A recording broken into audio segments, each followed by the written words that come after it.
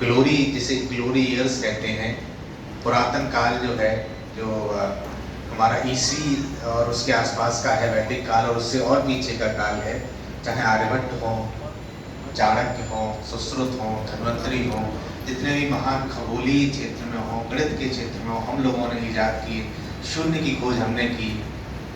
और उसके बाद हमारी आंतरिक कलह या उठा पटक की वजह से हमारे बीच में यूनिटी, एकजुटता न होने की वजह से विदेशी लोग सबसे पहले हमारे यहाँ व्यापारी बनकर आए। उसके बाद धीरे धीरे धीरे उन्होंने हमारे यहाँ की व्यवस्था पर, राज्य व्यवस्था पर कब्जा करना शुरू किया। फिर हमारे फैसले उन लोगों ने लेना शुरू किया, क्योंकि तब हम लोग इस बारे में जानकारी, हमें अपने खुद के गौरवशाली इतिहास के बारे में जानकारी थी ही नहीं।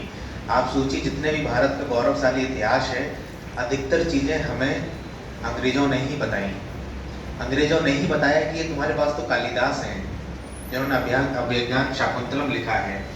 अंग्रेज़ों ने ही खोज की, तुम्हारी इंडस वैली सिविलाइजेशन है, जो आर्कियोलॉजिकल सर्वे ऑफ इंडिया है, भारतीय पुरातत्व सर्वेक्षण संस्थान है, उसके पहले डायरेक्टर भी अंग्रेज ही थे।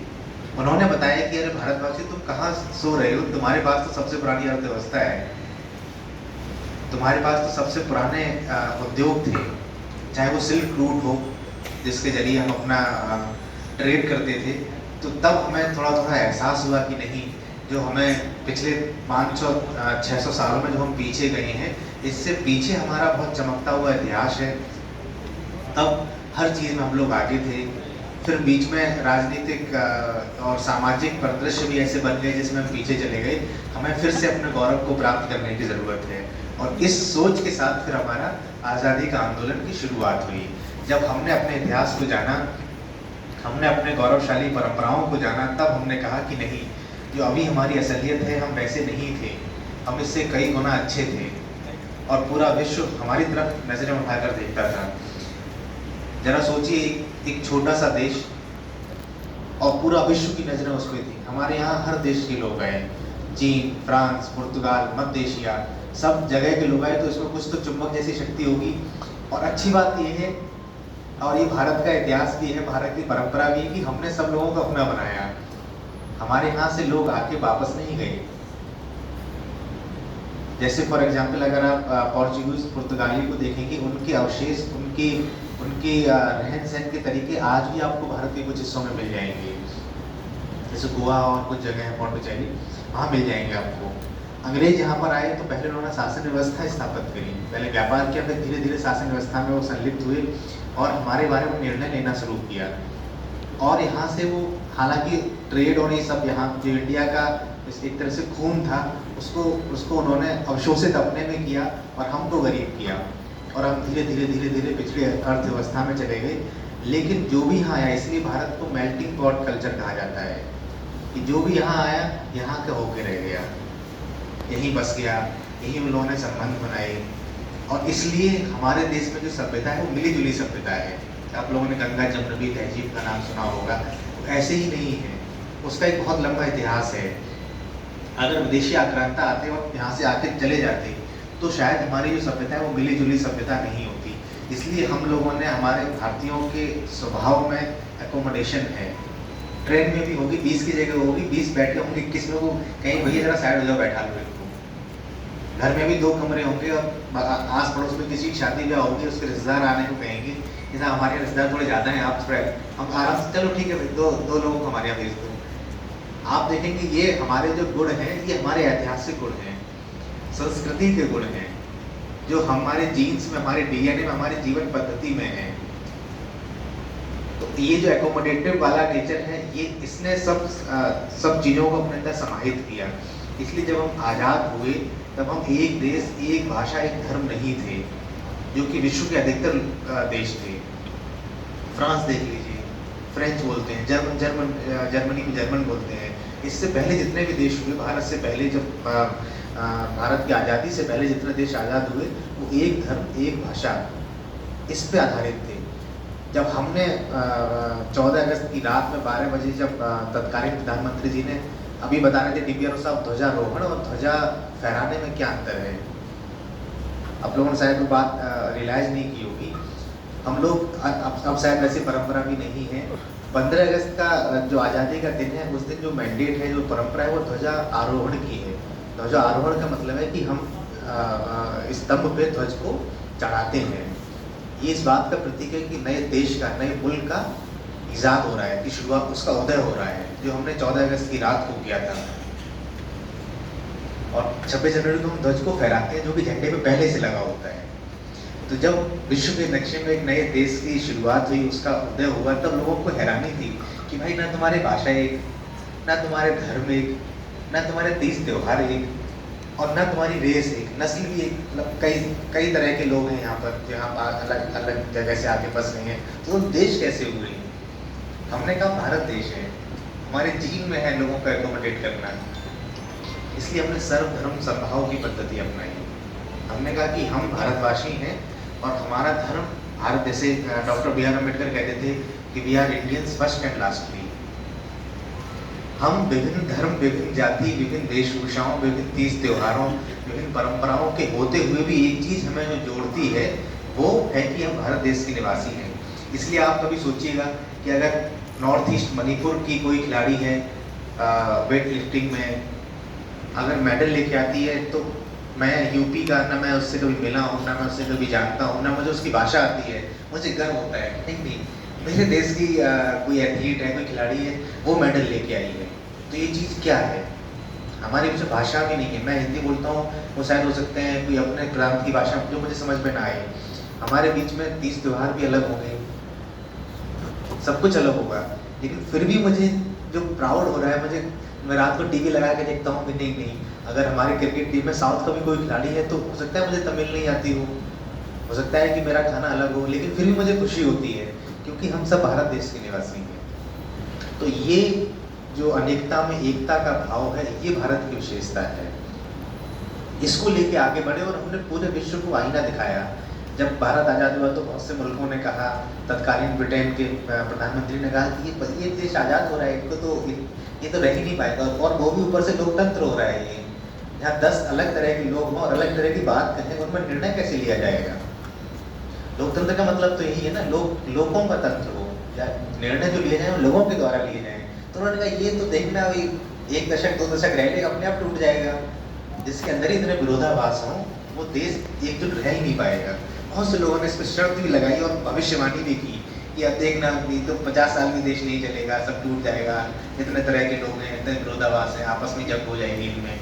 लेकिन आप देखिए भारत का, इतनी सारी भारत में विसंगतियाँ और कमियाँ होती हुई भारत की जो सबसे बड़ी ताकत है वो यही है। आप अपने आसपास नज़र फैला के देखिए। पाकिस्तान 71 में 2 हिस्सों में बट गया। पहले ईस्ट पाकिस्तान था, वो बांग्लादेश बना।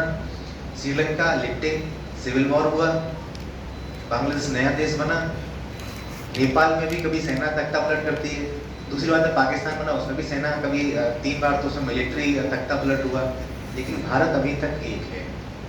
ये हम लोगों के लिए गौरव, और ये एक भारतवासी होने के नाते मुझे कहते हुए बड़ा गर्व हो रहा है कि हम उस देश के निवासी हैं जिसने पूरे विश्व को दिखाया कि, और ये सच में बहुत ही नायाब और यूनिक बात है। आप जिस देश में रहते हैं वो कई मायने में बहुत यूनिक है, वो सामान्य देश नहीं है जैसे और विश्व के देश है। कई मामलों में वो यूनिक देश है जिसके बारे में पूरे विश्व ने कहा हो कि देश रह ही नहीं सकता।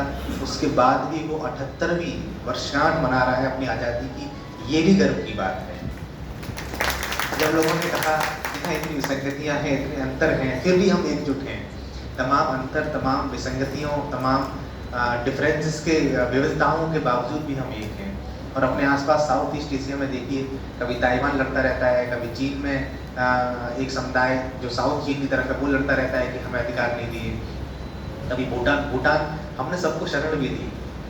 भूटान के दलाई लामा जी को हमने शरण दी, धर्मशाला से उन्होंने अपनी सरकार चलाई। भारत ने शरण दी। बांग्लादेश में अभी उठापटक हुई तो हमने शरण दी। हमने कोई बात नहीं, हम शरण देंगे आपको। ये भारत की विशेषता है। हमने हमेशा दूसरों के लिए सोचा और वक्त पड़ने पर हमने उदार हृदय भी दिखाया। अगर आप अपने आप को इस देश का नागरिक कहते हैं और गर्व करते हैं, जब देशभक्ति का गीत बजता है तो आप के अंदर जज्बा आता है, जब इंडिया विश्व कप जीतता है तब आप कहते हैं, स्टेटस लगाते हैं, खुश होते हैं, तो आपको अपने इन गुणों पर भी खुश होना चाहिए जो आपको भारत देश के अंदर, भारत देश की सभ्यता के अंदर जो निहित है। अगर आप इन गुणों के अर्थ को समझते नहीं हैं तो आप सही मायने में भारतवासी होने के महत्व को भी नहीं समझते हैं। वो अलग बात है, आप टीकी लगा लें, स्टेटस लगा लें, गीत लगा लें, लेकिन जो इसकी मिट्टी में जो इसकी मिट्टी के गुण हैं, जो इन गुणों की जो सघनता है, महत्वता है, इनको जब तक आप नहीं समझेंगे तब तक आप सही मायने में भारतवासी नहीं बन पाएंगे। और अगर आप इन गुण को समझ लेंगे तो आप अपने पड़ोसी से प्रेम से बोलेंगे, क्योंकि ये आपकी परंपरा है, ये आपके जीन में है। जितने तरह की आज के दौर में विसंगतियाँ होती हैं, कभी क्राइम हो जाते हैं, कभी आपस में लोग एक दूसरे की टांग खींचते हैं, किसी दूसरे से ईर्ष्या करते हैं कि उसका बेटा तो इतना आगे बढ़ गया, हम गाँव में रह गए, ये गुण आपके अंदर नहीं होंगे। आज हम देखते हैं कितने विशाल हृदय वाले देश के नागरिक और छोटी छोटी बातों पे आपस से मनमुटाव करते हैं। तेरी गाड़ी आगे कैसे निकल गई, मेरी गाड़ी आगे निकलेगी, रोड रेज के केस हो जाते हैं। तू मेरी बेटी है, तूने उस संप्रदाय के लड़के से, या तू मेरा बेटा है, उसने उस संप्रदाय के लड़के से प्रेम कैसे किया, हम इसको स्वीकार नहीं करेंगे। इस तरह के केसेस होते हैं, अभी भी होते हैं, जिसमें ग्राम पंचायत या कई जगह बड़ी खाप जो है वो निर्णय लेती है, उसमें धर्म के आधार पर आप एक किसी के नैसर्गिक प्यार को भी हम लोग स्वीकार नहीं कर पाते हैं। तो एक महान देश के लिए, जिसका इतना बड़ा हृदय है, उसके लिए छोटी बात हुई कि नहीं हुई? जब हमने कहा कि हम उसके धर्म के, उसके प्यार को स्वीकार नहीं कर पाएंगे। जब हम भाषा के आधार पर भेदभाव करते हैं, जैसे कोई नॉर्थ ईस्ट का हमारे यहाँ काम करता है तो हम उसके देखने के आधार पर भेदभाव करते हैं। तो ये सब महान देश के नागरिकों के लिए शोभा नहीं देती, छोटी बातें हैं। इन सब चीज़ों से हमें ऊपर उठना होगा और अपने आप को हमेशा रिमाइंड करते रहना होगा। 15 अगस्त का दिन इस चीज़ को खुद को रिमाइंड करने का भी दिन है। जैसे अभी आपने शपथ ली थी, उसमें एक शब्द था हिंसा। मैं हिंसा का प्रयोग नहीं करूँगा। तो हिंसा का केवल शारीरिक है? क्या आपने किसी को तमाचा मार दिया, क्या हिंसा केवल वही है? जैसे हम सब लोग जानते हैं कि फिजिकल, शारीरिक हिंसा से ज़्यादा शक्ति आपकी शब्दों में होती है। तो जब आपके कार्यालय में कोई आता है और आप कहते हो तुम तो सालों से ऐसे ही पीछे रहे हो, तो मैं लाभ नहीं दूंगा, तुम्हारी इतनी औकात है तो मेरे बराबर बैठोगे, तो क्या ये तमाचे मारने से ज़्यादा बड़ी हिंसा नहीं है? जब कहते हो कि प्रधान चाहे कोई हो, हम इस जाति वर्ग इस समुदाय के हैं, फैसला तो हमारा ही होगा, तो क्या वो हिंसा नहीं है? ये सारी चीज़ें हिंसाएं हैं। हिंसा दिखती नहीं है उस समय, जिस परिदृश्य की बात हो रही है उस समय हिंसा शारीरिक थी। लेकिन आज के दौर की, जब आप किसी अपने घर में या अपने पड़ोस में देखते हैं कि किसी महिला को आगे बढ़ने के अवसर नहीं दिए जाते, उसके 2 साल पढ़ने तो शादी करा देंगे, 4 साल में शादी करा देंगे, जबकि वो कह रही मुझे पढ़ना है, मुझे डॉक्टर बनना है, ये सब चीज़ें करनी है। तो वो भी तो, जब आप किसी के सपनों की उड़ान को कम कर रहे हो, वो भी तो हिंसा है। तो आप अपने घर, समुदाय, परिवार में ऐसा ना करें। हिंसा मन की भी होती है। जब आपका पार्टनर है, पति पत्नी है, जब आपके भाई हैं, जब आप उनसे कोई ऐसी बात कहते हैं जिनसे उन्हें कष्ट होता है, तो वो भी तो हिंसा है। हिंसा केवल चांटे मारनी थोड़ी होती है, न धक्का देके होती है, न किसी के शरीर का नुकसान करके होती है। किसी के मन का नुकसान करना भी तो हिंसा ही है। कोई अब आप अपने परिदृश्य में सोचिए, इसको मैं भी हमेशा कई बार सोचता हूँ। जब आपके पास कोई व्यक्ति आया है, फॉर एग्जाम्पल आप हायरार्की में तीसरे लेवल पे हैं, जैसे मैं हूँ, मेरे पास कोई व्यक्ति है तो मैं सोचता हूँ कि पहले वीडियो के पास गया होगा, नहीं, पहले ये सचिव के पास गया होगा, उसने इसको बकाया काम नहीं किया होगा, जो भी किया होगा, फिर ये वीडियो के पास आया होगा, फिर हो सकता है DPRO PD किसी अधिकारी के पास आया होगा, जब वहाँ भी सुना तब मेरे पास आया है। और आज जब ये आया होगा तो हो सकता है कि इसने कल शाम को सोचा होगा कि मैं जाऊँगा, किराए वराए के लिए रुपये रखे होंगे ना, कल सुबह जल्दी निकला होगा, अपने अगर बच्चे हैं या फिर मवेशी जानवर हैं तो उसके लिए सोचा होगा भैया मैं जा रहा हूँ, मेरी भैंस को पानी मिला देना, इसका इंतजाम किया होगा, अपने लिए सुबह नाश्ता रखा होगा, खाना रखा होगा कि नहीं। अगर महिला आई होगी तो सोचो किस मुसीबत से आई होगी, उसने सुबह जल्दी उठ के खाना बनाया अपने बच्चों के लिए, तब वो आई होगी। और अगर मैं ये नहीं कह रहा हूँ कि आप जेन्युइन एंड नॉन जेन्युइन काम करें, लेकिन आपका व्यवहार मानवीय होना चाहिए। ठीक है, अगर उसकी बात वाजिब नहीं है मत करो, वाजिब है तो लाभ दे दो। लेकिन कई बार ऐसा होता है कि मुझसे बहुत इनह्यूमन व्यवहार करते हैं, तुम लोग ऐसे आ जाते हो, मैं दिमाग खराब है कि मैं अपना काम कर रहा हूँ, तुमसे एक बार कहा कि बाहर निकल जाओ, कोई मैं इस तरह की चीज़ें हो जाती हैं। तो हम थोड़ा और लोगों के प्रति संवेदनशील भी बने। ये जो रवैया है कि नहीं नहीं हम ऊँची कुर्सी पे हैं और दूसरे के प्रति हम लोग कई बार इनह्यूमन हो जाते हैं, और ये हम जानबूझ के नहीं होते हैं। कई बार हमारा डिफ़ॉल्ट बिहेवियर धीरे धीरे ऐसा होता जाता है और हम उसको रियलाइज़ भी नहीं करते, क्योंकि कहावत है ना, जाति पटी ना पाए भाई वो का जाने पीर पर आई। तो चूँकि हम दूसरे के we are not a mother shoes, हम दूसरे की स्थिति में नहीं है, इसलिए उससे दूसरे का समस्या समझ भी नहीं पा रहे हैं। तो ये भी एक जिसका इतना गौरवशाली इतिहास रहा हो, उसके नागरिकों को ये चीज़ शोभा नहीं देती है। तो इस चीज़ को मैं आपको एहसास दिला रहा था। हालांकि आपके साथ साथ मुझे भी इस चीज़ का एहसास हो रहा है जब मैं बोल रहा हूँ कि हम सबको खुद, मैं कोई ऐसा प्रवचन नहीं दे रहा हूँ, ये बात मैं खुद के लिए भी कह रहा हूँ कि मुझे खुद के लिए भी और आप सबको भी ज़्यादा विनम्र होने का, खुद को ज़्यादा समझदार बनाने का, और एकोमोडेटिव मतलब लोगों को सहयोग करने का ये रवैया अगर आप अपने अंदर रखेंगे, तभी एक महान देश के नागरिक के महान नागरिक होने के तौर पर आप खुद के साथ न्याय कर पाएंगे, देश के साथ न्याय कर पाएंगे। जिस भी दायित्व में है, ये कहना बहुत आसान है, लेकिन कई बार हम जब तक नहीं समझते, आग की जलन हम तब तक नहीं समझते जब तक हमें खुद आग ना लगी हो। आग लगना क्या होता है कोई दूसरा बताएगा तो समझ में नहीं आएगा। जब तक हम किसी सरकारी दफ्तर के चक्कर नहीं काटते, तब तक हमें समझ में नहीं आता कि चक्कर काटना होता क्या है। हमारे लिए कहना बहुत आसान होता है कि चलो आज डेट हो गई, कल आना, लेकिन आप इसको 10 सेकंड में निपटा रहे हो, वो व्यक्ति एक दिन की मेहनत करके वहाँ आया है। और अगर कोई व्यक्ति, बात को हमें भी रियलाइज़ करना चाहिए, अगर कोई व्यक्ति किसी के सरकारी कार्य से असंतुष्ट होता है तो वो व्यक्ति से असंतुष्ट नहीं होता, वो पूरे सरकारी व्यवस्था से असंतुष्ट होता है। उसे ऐसे लगता है कि राम, मतलब फॉर एग्जाम्पल, पता नहीं मुझे किसी का नाम राम भरोसे है नहीं, जरूर राम भरोसे है, वो कोई अधिकारी है, मुझे नहीं कहेगा राम भरोसे साहब खराब है। तो यही सरकारी लोग होते ही ऐसे हैं, ये कहीं सुनवाई नहीं होती। तो उस चीज़ को लेकर आप संवेदनशील हों, दूसरे के इम्पोर्टेंस को समझें। हमारे देश में अभी भी बहुत सारी विसंगतियाँ हैं, कुछ लोगों के पास संसाधन कम हैं, कुछ लोग सही मायने में पिछड़े हैं, कुछ लोगों और पिछड़े। इसमें भी आप एक इंटरेस्टिंग बात सुनिए, पिछड़े, आपको क्या लगता है पिछड़े लोग केवल संसाधन से पिछड़े हैं, क्या वो अपने प्रतिष्ठा से पिछड़े हैं? हमारे देश में अभी भी कुछ लोग शब्दों से भी पिछड़े हैं। शब्दों से पिछड़े का मतलब ये कि उनके पास शब्द ही नहीं है वो अपनी बात बता पाए, इसलिए वो दफ्तर नहीं जाते, जो उन्हें उनका शब्द ही नहीं है, वो शब्दों से भी गरीब है।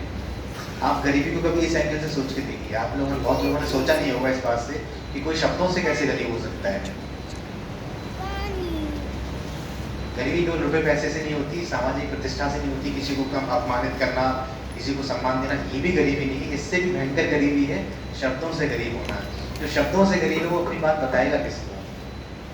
पार्टी का ये दिन मुबारक, आप लोग स्वयं भी आज़ाद रहें सारी संकीर्णताओं से, सारे मन में जो आपके छोटे छोटे विचार आते हैं, ईर्ष्या के, जलन के, लड़ने के, झगड़ने के, कई बार आवेश में आने के, गुस्से से, उससे आप लोग आज़ाद रहें। और ये एक दिन की प्रक्रिया नहीं है, आपको हर दिन खुद को रिमाइंड कराना होगा कि आज मैंने क्या अच्छा काम किया, या आज मैं कैसा इंसान रहा, आज ऑफिस में किसके साथ मैंने क्या बिहेवियर किया। जब आप ये करेंगे तो आप ये पाएंगे कि आप खुद के साथ भी ज़्यादा खुश हैं, आगे पाएंगे आपको मेंटल पीस है, आप संतुष्ट हैं, खुश हैं, आप झल्लाएंगे नहीं, परेशान नहीं होंगे। और जो हमारे देश की आज़ादी की जो शुरू में मैंने चीज़ें बताई, उसको भी अपने अंदर समाहित करें, तब आप पाएंगे कि आप खुद के साथ भी ज़्यादा अच्छे से न्याय कर पा रहे हैं। धन्यवाद। जय हिंद, जय भारत।